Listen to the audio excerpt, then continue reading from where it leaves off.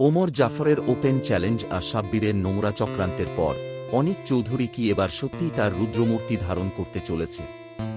৩৩তম পর্বের শেষে আমরা দেখেছিলাম খুনিদের সেই ব্যর্থ চেষ্টা, কিন্তু ৩৪তম পর্বে অনিক চৌধুরী যে পাল্টা চাল চালবে তা ওমর জাফর কিংবা বৃষ্টি কেউ কল্পনাও করতে পারেনি। তবে মূল গল্পে যাওয়ার আগে এই চমৎকার নাটকের পুরো ক্রেডিট দিতে চাই এর অফিসিয়াল রিলিজ চ্যানেল খারহিম এবং ফ্রাঙ্কিং এন্টারটেইনমেন্ট টিমকে। মিরাজ খান, অনন্যা ইসলাম এবং জমরুল রাজুর মতো সেরা তারকাদের অনবদ্য অভিনয়ের কারণেই আজ এই সিরিজটি এত জনপ্রিয়। তো চলুন বন্ধুরা, জেনে নেওয়া যাকের আগামী ৩৪তম পর্বে কি বড় ধামাকা আসতে চলেছে। ৩৪তম পর্বের শুরুতেই আমরা দেখতে পারি অনিকের সেই জমির ঝামেলা নিয়ে বড় কোনো সমাধান।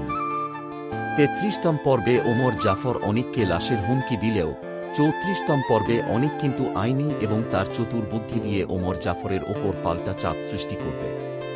অনিক চৌধুরী হয়তো ওমর জাফরের পুরনো কোনো অন্ধকার অতীত বা কোনো অবৈধ ব্যবসার দলিল ফাঁস করে দেবে, যার কারণে ওমর জাফর নিজের পিঠ বাঁচাতে অনিকের জমি থেকে পিছু হটতে বাধ্য হবে।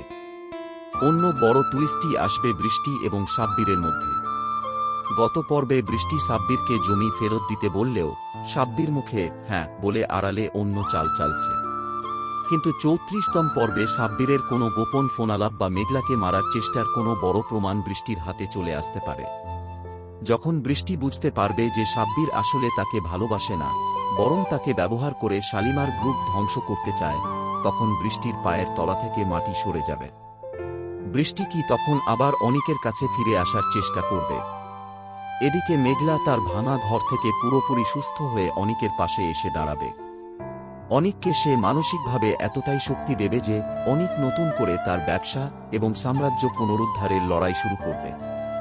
আর পর্বের শেষ দিকে দেখানো হতে পারে সাব্বির আর ওমরের নতুন কোনো গোপন চাল, যা আগামী পর্বগুলোকে আরও উত্তেজনাকর করে তুলবে।